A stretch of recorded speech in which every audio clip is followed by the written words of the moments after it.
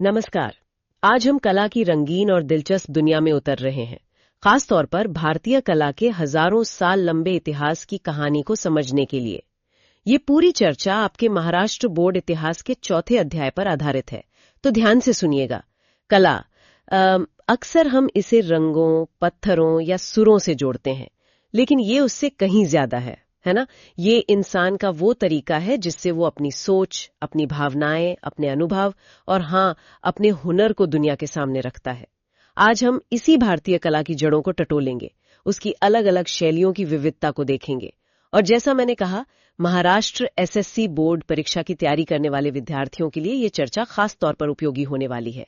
हम उन सभी जरूरी पहलुओं पर बात करेंगे जो परीक्षा में पूछे जा सकते हैं। तो चलिए इस विस्तृत पड़ताल को शुरू करते हैं। बिल्कुल, हम इस सफर की शुरुआत करेंगे ये समझने से कि कला आखिर है क्या। फिर भारत की दृश्य कला यानी जिसे हम विजुअल आर्ट्स कहते हैं, उसकी शानदार परंपराओं को देखेंगे, चित्रकला से लेकर मूर्ति कला और वास्तुकला तक। इसके बाद हम प्रदर्शन कला यानी परफॉर्मिंग आर्ट्स की दुनिया में गोता लगाएंगे और अंत में जानेंगे कि आज के दौर में कला और जिसे हम उपयोजित कला या अप्लाइड आर्ट कहते हैं, उसके क्षेत्र में करियर के क्या अवसर मौजूद हैं। ठीक है, सबसे पहले यही सवाल उठता है, आखिर ये कला चीज क्या है? इसे थोड़ा सरल शब्दों में समझते हैं। देखिए, कला बुनियादी तौर पर इंसान की अपनी कल्पना मतलब इमेजिनेशन, अपनी भावनाओं इमोशंस और अपने कौशल यानी स्किल का इस्तेमाल करके कुछ नया रचने की एक सहज प्रवृत्ति है, एक नेचुरल इंस्टिंक्ट कह सकते हैं। हर कलाकृति में कलाकार की संवेदनशीलता, उसकी रचनात्मकता और दुनिया को देखने का उसका नजरिया झलकता है। इसे हम मोटे तौर पर दो हिस्सों में बांट सकते हैं। पहला है दृक् कला यानी विजुअल आर्ट्स, जिसे हम देख सकते हैं। हाँ बिल्कुल। और दूसरा है ललित कला या प्रदर्शन कला, परफॉर्मिंग आर्ट्स। दृक् कला और ललित कला यानी एक वो जिसे हम अपनी आंखों से देख सकते हैं और दूसरी वो जिसका अनुभव हम प्रदर्शन के जरिए करते हैं, जैसे संगीत या नृत्य। एकदम सही पकड़ा। दृक् कला में वो सब आता है जिसे हम देख सकते हैं, जैसे चित्रकला हो गई, मूर्तिकला या फिर भव्य इमारतें बनाने की कला, वास्तुकला। वहीं ललित कला या प्रदर्शन कला में प्रदर्शन या परफॉर्मेंस शामिल होती है, जैसे संगीत गाना या बजाना, नृत्य करना या फिर नाटक खेलना। और यहाँ एक बहुत दिलचस्प बात यह है कि कला कोई आज की चीज नहीं है। हमें दुनिया भर की गुफाओं में हजारों साल पुराने शैलचित्र मिले हैं, प्री हिस्टोरिक रॉक आर्ट जिसे कहते हैं। हजारों साल पुराने? हाँ, ये इस बात का सबूत है कि दृक् कला उतनी ही पुरानी है जितना कि खुद इंसान पाषाण युग से चली आ रही है। मतलब कला हमारी रगों में है। कमाल है, यानी हजारों साल पहले भी इंसान अपनी दीवारों पर चित्र बना रहा था। अच्छा, इसमें लोक कला और अभिजात कला का भी जिक्र आता है, फोक आर्ट और क्लासिकल आर्ट। हाँ। इन दोनों में क्या बुनियादी फर्क है? हाँ, ये दो अहम धाराएं हैं। लोक कला वो है जो परंपरा से पीढ़ी दर पीढ़ी चली आती है। ये अक्सर किसी एक व्यक्ति की रचना न होकर पूरे समुदाय की भागीदारी से सहज रूप से स्पॉन्टेनियसली विकसित होती है। सोचिए, गांव के मेले में होने वाला नाच या शादी ब्याह के गीत। हाँ, जैसे वो रोजमर्रा की जिंदगी का हिस्सा हो। बिल्कुल, वो लोक कला है। दूसरी तरफ अभिजात या शास्त्रीय कला, क्लासिकल आर्ट, वो नियमों और सिद्धांतों के एक तयशुदा ढांचे में बंधी होती है। इसे सीखने और इसमें महारत हासिल करने के लिए सालों के व्यवस्थित प्रशिक्षण और अभ्यास की जरूरत होती है, जैसे शास्त्रीय संगीत या नृत्य। अच्छा। परीक्षा के लिहाज से कला की ये परिभाषा, इसके दो मुख्य प्रकार दृश्यिक और ललित, और ये दो परंपराएं लोक और अभिजात, ये समझना जरूरी है। समझ गई। तो चलिए अब भारत की दृक् कला परंपराओं की गहराई में उतरते हैं। शुरुआत करते हैं चित्रकला से। भारत में रंगों का ये सफर कितना पुराना है? भारतीय चित्रकला की जड़ें बहुत गहरी हैं, पाषाण युग तक, स्टोन एज तक जाती हैं। मध्य प्रदेश में भीमबेटका की गुफाओं में मिले शैल चित्र इसके सबसे पुराने उदाहरणों में से हैं। भीमबेटका? हाँ, सुना है इसके बारे में। और यहाँ एक जरूरी बात ध्यान देने वाली है, भीमबेटका को यूनेस्को ने विश्व धरोहर स्थल मतलब वर्ल्ड हेरिटेज साइट घोषित किया है। अच्छा। ये सिर्फ पुरानी तस्वीरें नहीं है, ये हजारों साल पहले के इंसानी जीवन, उनकी सोच, उनके समाज का एक झरोखा है। इसीलिए इन्हें विश्व धरोहर का दर्जा मिला है। और ऐसा नहीं कि सिर्फ मध्य प्रदेश में ही मिले हैं। उत्तर प्रदेश, बिहार, उत्तराखंड, कर्नाटक, आंध्र प्रदेश और तेलंगाना जैसे राज्यों में भी ऐसी प्राचीन गुफा चित्रकला मिली है। इन प्राचीन शैल चित्रों में ऐसा क्या खास बनाते थे वो लोग? क्या पता चलता है इनसे? इन चित्रों में हमें आमतौर पर इंसानी आकृतियां, जानवरों के चित्र जैसे शिकार के दृश्य और कुछ ज्यामितीय डिजाइन ज्योमेट्रिक फिगर्स देखने को मिलते हैं। दिलचस्प बात यह है कि इस समय के साथ इन चित्रों की शैली और विषयों में भी बदलाव नजर आता है। बदलाव जैसे? शायद ये उस समय के जीवन में आए बदलाव, जैसे खेती की शुरुआत हुई होगी या नए औजारों का इस्तेमाल, उनको दिखाता हो। वो लोग रंग भी आसपास मौजूद चीजों से बनाते थे, जैसे गेरू या कोयला। इन चित्रों की मदद से हमें प्राचीन मानव जीवन, उनके रहन सहन, उनके पर्यावरण और प्रकृति के साथ उनके रिश्ते को समझने में बहुत मदद मिलती है। और लोक चित्रकला की बात करें तो महाराष्ट्र में कुछ खास है? हाँ बिल्कुल, महाराष्ट्र की वारली चित्रकला एक बहुत ही जीवंत उदाहरण है। ये आज भी ठाणे जिले के आदिवासी समुदायों द्वारा बनाई जाती है और अपनी सादगी और खास शैली के लिए जानी जाती है। इसी क्षेत्र के कलाकार जिव्या सोमा मशे का नाम याद रखना बहुत जरूरी है। जिव्या सोमा मशे। हाँ, उन्होंने वारली कला को भारत और दुनिया भर में पहचान दिलाने में बहुत बड़ी भूमिका निभाई। उनकी कला के लिए उन्हें कई राष्ट्रीय और अंतर्राष्ट्रीय पुरस्कार मिले और 2011 में भारत सरकार ने उन्हें पद्मश्री से भी सम्मानित किया। ये जानकारी खास तौर पर महत्वपूर्ण है परीक्षा के लिए। जिव्या सोमा मशे और पद्मश्री जरूर याद रखेंगे। वारली के अलावा महाराष्ट्र में पिंगल या चित्रकथी परंपरा का भी जिक्र है, वो क्या है? चित्रकथी एक बहुत ही अनोखी लोक कला परंपरा है। इसमें कथाकार, जिन्हें चित्रकथी कहा जाता है, कपड़े पर बने चित्रों की मदद से कहानियां सुनाते हैं। चित्रों की मदद से? हाँ, खासकर रामायण और महाभारत जैसे महाकाव्यों के प्रसंग। ये चित्र एक पोथी की तरह होते हैं, जिन्हें कहानी के साथ साथ एक एक करके दिखाया जाता है। इस कला का जिक्र 12वीं शताब्दी के चालुक्य राजा सोमेश्वर के ग्रंथ मानसोल्लास में भी मिलता है, जो इसकी प्राचीनता का प्रमाण है। ये लोक कला का एक अद्भुत रूप है, जहां चित्र और कथा एक साथ चलते हैं। वाह, ये तो सुनने में ही बड़ा रोचक लग रहा है। अच्छा, लोक कला के साथ साथ क्या उस दौर में अभिजात या शास्त्रीय चित्रकला भी विकसित हुई थी? बिल्कुल। प्राचीन भारतीय साहित्य जैसे पुराणों और नाटकों में चित्रकला के विभिन्न अंगों और तकनीकों का वर्णन मिलता है। अजंता की गुफाओं में बोधिसत्व पद्मपाणि का विश्व प्रसिद्ध भित्ति चित्र, म्यूरल जिसे कहते हैं, वो शास्त्रीय चित्रकला की उत्कृष्टता का एक बेहतरीन उदाहरण है। अजंता का पद्मपाणि, हाँ वो तो अद्भुत है। अब यहाँ महाराष्ट्र के संदर्भ में बात और दिलचस्प हो जाती है। यहाँ 17वीं सदी के उत्तरार्ध में एक खास मराठा चित्रकला शैली का विकास हुआ। मराठा चित्रकला शैली? हाँ, इस शैली में हमें दो तरह के चित्र मिलते हैं। एक तो हस्तलिखित पोथियों में बनाए गए छोटे आकार के रंगीन चित्र, जिन्हें लघु चित्र या मिनिएचर्स कहते हैं। अच्छा। और दूसरे पुराने वाड़ों यानी हवेलियों की दीवारों पर बनाए गए भित्ति चित्र, म्यूरल्स। वाई, मेणवली, सतारा जैसी जगहों पर आज भी पुराने वाड़ों में इस शैली के सुंदर भित्ति चित्र देखे जा सकते हैं। तो इसकी अपनी क्या खासियत थी? क्या इस पर किसी और शैली का असर दिखता है? हाँ, इस शैली में हमें राजपूत चित्रकला शैली का प्रभाव साफ नजर आता है और कुछ हद तक यूरोपीय चित्रकला का असर भी दिखता है। ये चित्र सिर्फ कला के नमूने नहीं है, बल्कि ये उस दौर की जीवन शैली, लोगों की वेशभूषा, उनके रीति रिवाजों और सामाजिक जीवन को समझने का एक महत्वपूर्ण जरिया भी है। रंगों और रेखाओं की दुनिया से निकलकर अब पत्थर और धातु की दुनिया में चलते हैं। मूर्तिकला और वास्तुकला की बात करते हैं। मूर्तिकला का इतिहास भी भारत में बहुत पुराना है। हड़प्पा सभ्यता से ही हमें इसके प्रमाण मिलते हैं। आगे चलकर पहली सदी ईस्वी के आसपास कुषाण राजाओं ने अपने सिक्कों पर बुद्ध और अन्य देवी देवताओं की आकृतियां बनवाई। लेकिन भारतीय मूर्ति विज्ञान यानी आइकॉनोग्राफी, मतलब देवी देवताओं की मूर्तियों के क्या नियम होंगे, उनके हाथ में क्या होगा, वो कैसे दिखेंगे, जैसे विष्णु के 4 हाथ, उनमें शंख चक्र। बिल्कुल, इसके नियम गुप्त साम्राज्य के समय 4वीं से 6वीं सदी में तय हुए और मूर्तिकला के मानक स्थापित हुए। फिर दक्षिण भारत में 9वीं से 13वीं सदी के बीच चोल राजाओं के शासनकाल में कांसे की मूर्तियां ढालने की कला अपने चरम पर पहुंची। चोल काल की कांसे की मूर्तियां? हाँ, इस दौर में बनी देवी देवताओं की कांसे की मूर्तियां, खासकर नटराज यानी नृत्य करते हुए शिव की मूर्ति, तो आज पूरी दुनिया में भारतीय कला का प्रतीक मानी जाती है। शिव, पार्वती, लक्ष्मी, विष्णु की भी कई अद्भुत मूर्तियां इस काल में बनी। नटराज की मूर्ति, हाँ वो तो बहुत प्रसिद्ध है। हमने चित्र और मूर्तियों की बात की, लेकिन भारत की पहचान तो उसके शानदार मंदिरों और किलों से भी है। उस वास्तुकला का सफर कैसे शुरू हुआ? वास्तुकला की बात करें तो भारत में चट्टानों को काटकर गुफाएं बनाने की परंपरा, रॉक कट केव्स जिसे कहते हैं, वो बहुत पुरानी है। माना जाता है कि ईसा पूर्व 3री सदी में सम्राट अशोक के समय में इसकी शुरुआत हुई थी। लेकिन इसका सबसे अद्भुत रूप हमें महाराष्ट्र में अजंता और वेरूळ मतलब एलोरा की गुफाओं में देखने को मिलता है। अजंता और एलोरा, ये गुफाएं सिर्फ वास्तुकला का ही नहीं बल्कि मूर्तिकला और चित्रकला का भी एक अनूठा संगम है।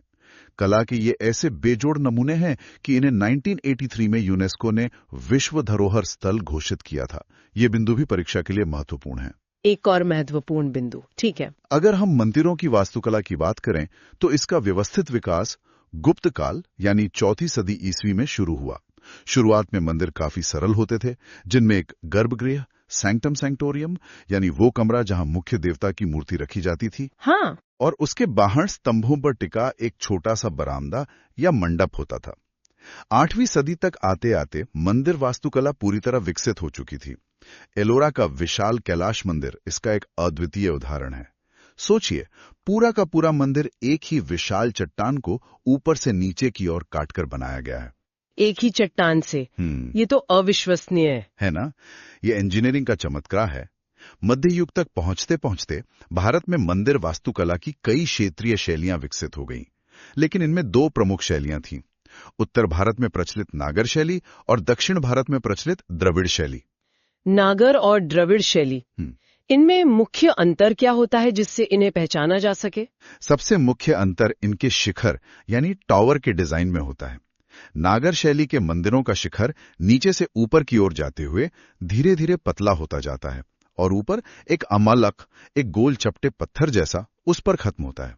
अच्छा। जबकि द्रविड़ शैली के मंदिरों का शिखर पिरामिड जैसा होता है, जिसमें कई मंजिलें होती हैं और हर मंजिल पर छोटी मूर्तियों या डिजाइनों की सजावट होती है। समझ गई। इन दोनों शैलियों के तत्वों को मिलाकर एक मिश्रित शैली भी बनी, जिसे वेसर शैली कहते हैं। और महाराष्ट्र में क्या यहाँ कोई खास स्थानीय शैली विकसित हुई? हाँ, महाराष्ट्र और मध्य प्रदेश में हमें भूमिज शैली के मंदिर देखने को मिलते हैं, जो बनावट में नागर शैली से काफी मिलते जुलते हैं, लेकिन इनकी अपनी कुछ खासियतें होती हैं। और एक और बहुत ही विशिष्ट शैली है हेमाडपंथी शैली, जो 12वीं-13वीं सदी में यादव राजाओं के काल में महाराष्ट्र में लोकप्रिय हुई। हेमाडपंथी, ये नाम तो सुना है। हाँ, इन मंदिरों की 2 खास बातें हैं। पहली, इनकी बाहरी दीवारें अक्सर सीधी ना होकर तारे के आकार की होती हैं, स्टार शेप्ड प्लान, जिससे दीवारों पर कई कोने बन जाते हैं।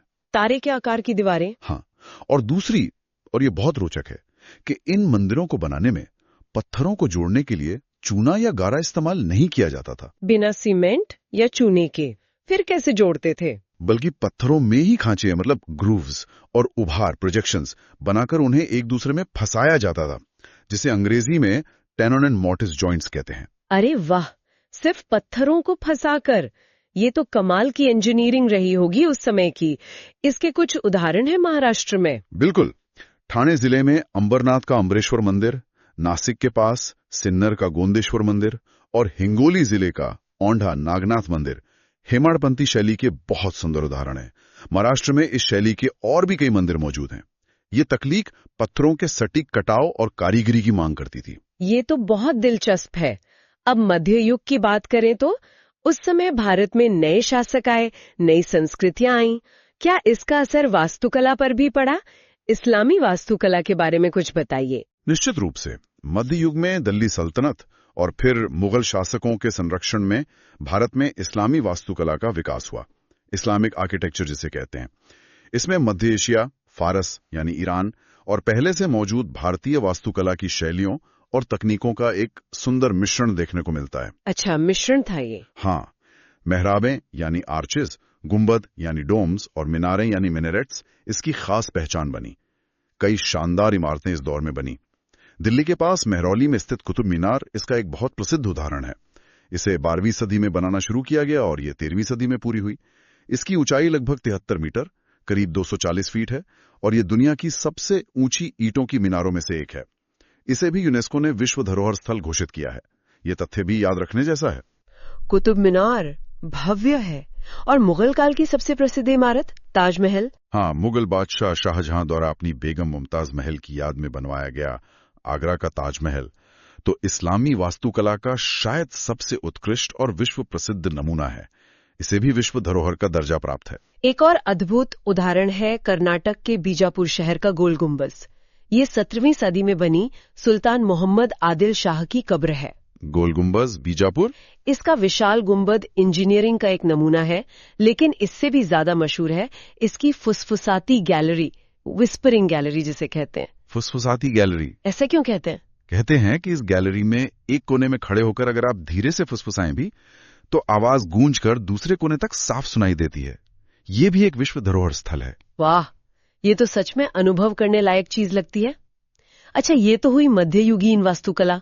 जब अंग्रेज भारत आए तो क्या उन्होंने भी कोई नई शैली शुरू की? हाँ, ब्रिटिश शासनकाल में एक नई वास्तुकला शैली का उदय हुआ जिसे इंडो गॉथिक शैली कहा जाता है। Indo Gothic? हाँ, जैसा कि नाम से ही पता चलता है, इसमें भारतीय और गोथिक यानी यूरोपीय वास्तुकला के तत्वों का मिश्रण था।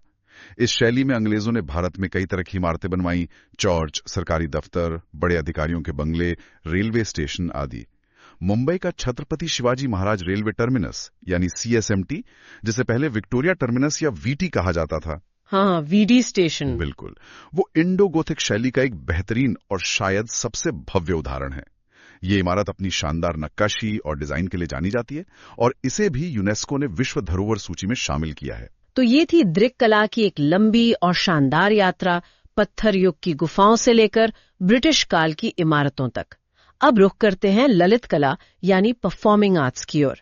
भारत तो लोक कलाओं का खजाना है। बिल्कुल सही कहा। भारत में लोक कलाओं की इतनी विविधता और समृद्धि है कि शायद ही कहीं और देखने को मिले। हर प्रदेश, हर क्षेत्र की अपनी खास लोक कलाएं हैं, जिनमें वहां के लोगों का जीवन, उनके रीति रिवाज, उनके उत्सव और उनकी मान्यताएं झलकती हैं। इनमें लोकगीत, लोकवाद्य यानी फोक इंस्ट्रूमेंट्स, लोक नृत्य और लोक नाट्य यानी फोक थिएटर सब शामिल हैं। महाराष्ट्र में कौन कौन सी प्रमुख हैं? अगर हम महाराष्ट्र की ही बात करें तो यहाँ कोड़ी नृत्य है, मछुआरों का नृत्य, तारपा नृत्य है, आदिवासी नृत्य, कोंकण क्षेत्र का दशावतार जो एक धार्मिक लोक नाट्य है, वीर रस से भरे पोवाड़े हैं, ऐतिहासिक गाथा गीत, भक्ति से ओत-प्रोत कीर्तन और जागरण के लिए होने वाले जागर गोंधड़ जैसे कई जीवंत लोक कला रूप मौजूद हैं। हाँ, पोवाड़े और कीर्तन तो काफी सुने हैं। ये कलाएं सिर्फ मनोरंजन नहीं बल्कि सामाजिक और धार्मिक जीवन का अभिन्न हिस्सा हैं। ये तो हुई लोक कलाओं की बात। अब शास्त्रीय कलाओं की ओर आते हैं। इनका इतिहास क्या कहता है? भारतीय शास्त्रीय प्रदर्शन कलाओं की जड़ें भी उतनी ही गहरी और प्राचीन हैं। माना जाता है कि संगीत, वादन यानी इंस्ट्रूमेंटल म्यूजिक और नृत्य पर सबसे पुराना और सबसे महत्वपूर्ण ग्रंथ भरत मुनि द्वारा लिखा गया नाट्यशास्त्र है। नाट्यशास्त्र? भरत मुनि का? हाँ, ये ग्रंथ भारतीय प्रदर्शन कलाओं की नींव माना जाता है।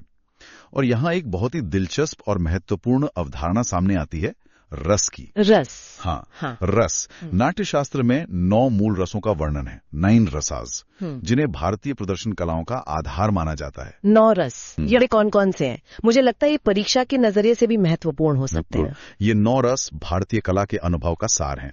ये हैं श्रृंगार यानी प्रेम या सौंदर्य का भाव, श्रृंगार। हास्य यानी हंसी या विनोद, विभत्स यानी घृणा या जुगुप्सा, रौद्र मतलब क्रोध, करुण दुख या दया का भाव, वीर यानी वीरता या उत्साह, वीर रस, भयानक मतलब डर, अद्भुत यानी आश्चर्य या विस्मय, और शांत शांति या स्थिरता का भाव। श्रृंगार, हास्य, बीभत्स, रौद्र, करुण, वीर, भयानक, अद्भुत और शांत। बिल्कुल। माना जाता है कि दर्शक इन्हीं रसों का अनुभव करके कला का असली आनंद प्राप्त करते हैं। बिल्कुल। नाट्यशास्त्र का नाम और इन 9 रसों के नाम विद्यार्थियों को जरूर याद रखने चाहिए। ठीक है। समय के साथ भारत का संपर्क मध्य एशिया और अन्य संस्कृतियों से हुआ, जिससे भारतीय शास्त्रीय संगीत, वादन और नृत्य की परंपराएं और भी समृद्ध हुईं। नियमों का पालन करते हुए गुरु शिष्य परंपरा के माध्यम से ये कलाएं पीढ़ी दर पीढ़ी विकसित होती रही हैं। आज भारतीय शास्त्रीय संगीत की 2 प्रमुख और सुप्रसिद्ध शाखाएं हैं। उत्तर भारत में प्रचलित हिंदुस्तानी संगीत और दक्षिण भारत में प्रचलित कर्नाटक संगीत। हिंदुस्तानी और कर्नाटक संगीत। हाँ, इसी तरह भारत में भरतनाट्यम, कथक, कथकली, ओडिसी, मणिपुरी जैसे कई खूबसूरत और प्रतिष्ठित शास्त्रीय नृत्य रूप भी मौजूद है। तो हमने देखा कि कला सिर्फ देखने या सुनने की चीज नहीं है, बल्कि ये हमारे इतिहास, हमारी संस्कृति और हमारी भावनाओं को समझने और व्यक्त करने का एक शक्तिशाली माध्यम है। लेकिन क्या इसका कोई व्यवहारिक पहलू भी है? यानी क्या कला के क्षेत्र में पढ़ाई करके कोई करियर भी बनाया जा सकता है? हाँ, आजकल कला का इतिहास अपने आप में ज्ञान की एक स्वतंत्र शाखा बन गया है, एक इंडिपेंडेंट ब्रांच ऑफ नॉलेज। इससे जुड़े शोध और करियर के कई अवसर उपलब्ध हैं। अच्छा, जैसे पहला, कला इतिहासकार, आर्ट हिस्टोरियंस, पत्रकारिता के क्षेत्र में विशेषज्ञ के तौर पर काम कर सकते हैं, कला समीक्षा लिख सकते हैं। दूसरा, एक पूरा कला बाजार मौजूद है, आर्ट मार्केट। यहां पुरानी और नई कलाकृतियों का मूल्य तय करने, उनकी प्रामाणिकता जांचने और उनकी खरीद बिक्री करवाने के लिए ऐसे विशेषज्ञों की जरूरत होती है जिन्हें कला की गहरी समझ और इतिहास का ज्ञान हो। कलाकृतियों का मूल्यांकन करने वाले एक्सपर्ट्स। बिल्कुल। तीसरा, आजकल विरासत प्रबंधन, हेरिटेज मैनेजमेंट और सांस्कृतिक पर्यटन, कल्चरल टूरिज्म बहुत तेजी से बढ़ते हुए क्षेत्र हैं। पुरानी इमारतों, स्थलों और कलाओं का संरक्षण करना और उन्हें पर्यटन के लिए विकसित करना, इन सब में कला के जानकारों के लिए बहुत संभावनाएं हैं। इसके अलावा संग्रहालयों यानी म्यूजियम्स और अभिलेखागारों यानी आर्काइव्स का प्रबंधन करना, पुस्तकालय विज्ञान, लाइब्रेरी साइंस, सूचना प्रौद्योगिकी यानी इंफॉर्मेशन टेक्नोलॉजी का कला संरक्षण में उपयोग, पुरातत्व अनुसंधान, आर्कियोलॉजिकल रिसर्च और भारत विद्या यानी इंडोलॉजी जैसे क्षेत्रों में भी कला विशेषज्ञों की मांग बढ़ रही है। अरे वाह, ये तो वाकई कई सारे रास्ते खुल गए हैं। और आपने शुरू में उपयोजित कला, अप्लाइड आर्ट का भी जिक्र किया था। ये क्या होता है? जब कला का इस्तेमाल सिर्फ सौंदर्य या अभिव्यक्ति के लिए ना होकर किसी व्यावहारिक जरूरत को पूरा करने के लिए, मतलब यूटिलिटेरियन पर्पस के लिए किया जाता है, तो उसे उपयोजित कला कहते हैं। इसमें कलात्मकता और सुंदरता के साथ साथ चीज की उपयोगिता, उसकी यूटिलिटी पर भी बराबर ध्यान दिया जाता है। मतलब चीज सुंदर भी हो और काम की भी हो। अच्छा, जैसे कि इसके कौन कौन से क्षेत्र हो सकते हैं? इसके बहुत सारे क्षेत्र हैं और ये हमारी रोजमर्रा की जिंदगी से जुड़े हुए हैं। पहला, उद्योग और विज्ञापन का क्षेत्र, इंडस्ट्री एंड एडवर्टाइजमेंट।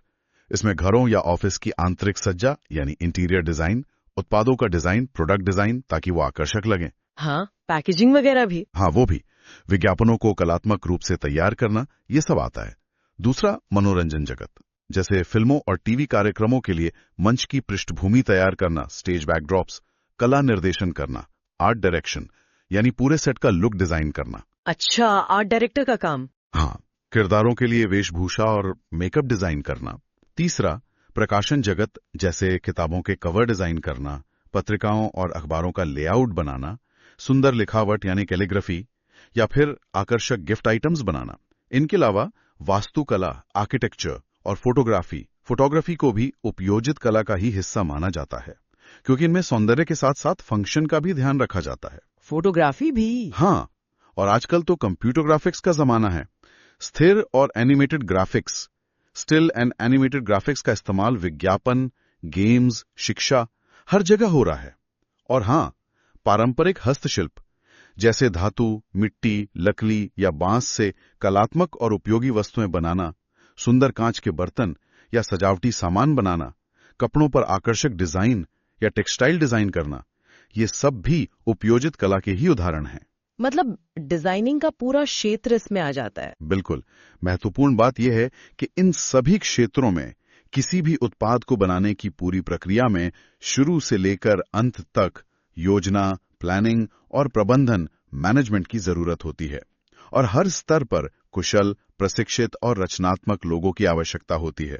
भारत में अब कई ऐसे संस्थान हैं जो इन क्षेत्रों में बेहतरीन तकनीकी और व्यावसायिक प्रशिक्षण देते हैं।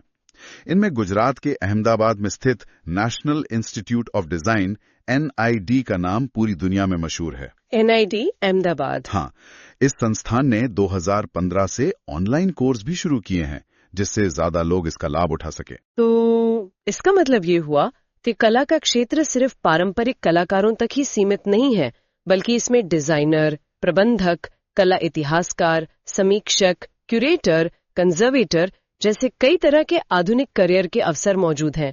ये जानकारी तो न सिर्फ परीक्षा के लिए बल्कि भविष्य की योजना बनाने के लिहाज से भी बहुत काम की है। तो आज हमने भारतीय कला के इतिहास की एक लंबी और बेहद दिलचस्प यात्रा पूरी की। हमने भीमबेटका की हजारों साल पुरानी गुफाओं से लेकर मुंबई के आधुनिक CSMT स्टेशन तक का सफर तय किया। महाराष्ट्र की लोक कला वारली और चित्रकथी को जाना, भरत मुनि के नाट्य शास्त्र के 9 रसों को समझा और कला के क्षेत्र में मौजूद अनगिनत व्यावसायिक अवसरों पर भी नजर डाली। हाँ, हमने देखा कि कैसे भारत की कला समय के साथ लगातार विकसित होती रही। उसने बाहर से आने वाले प्रभावों को भी अपने अंदर समाहित किया, लेकिन फिर भी अपनी एक अनूठी और विशिष्ट पहचान हमेशा बनाए रखी। चाहे वो चट्टानों पर उकेरी गई मूर्तियां हों, दीवारों पर बने रंगीन चित्र हों, या फिर मंच पर प्रस्तुत किया जाने वाला संगीत और नृत्य, हर रूप में भारत की गहरी सांस्कृतिक जड़ें और कलात्मक प्रतिभा झलकती हैं। उम्मीद है कि ये विस्तृत चर्चा न सिर्फ महाराष्ट्र SSC बोर्ड परीक्षा की तैयारी में मददगार साबित होगी, बल्कि भारतीय कला की इस अद्भुत और समृद्ध विरासत के प्रति रुचि और जिज्ञासा को भी और बढ़ाएगी। यह सिर्फ इतिहास का एक अध्याय नहीं, हमारी पहचान का एक हिस्सा है। और जाते जाते एक सवाल सोचने के लिए छोड़ जाते हैं। आज के इस तेजी से बदलते डिजिटल युग में, जहां सब कुछ स्क्रीन पर सिमटता जा रहा है, हम अपनी इन अनमोल कला परंपराओं को, चाहे वो लोक कला हो या शास्त्रीय कला, कैसे न सिर्फ जीवित रख सकते हैं, बल्कि उन्हें आने वाली पीढ़ियों के लिए और भी प्रासंगिक और आकर्षक बना सकते हैं। इस पर जरूर विचार कीजिएगा।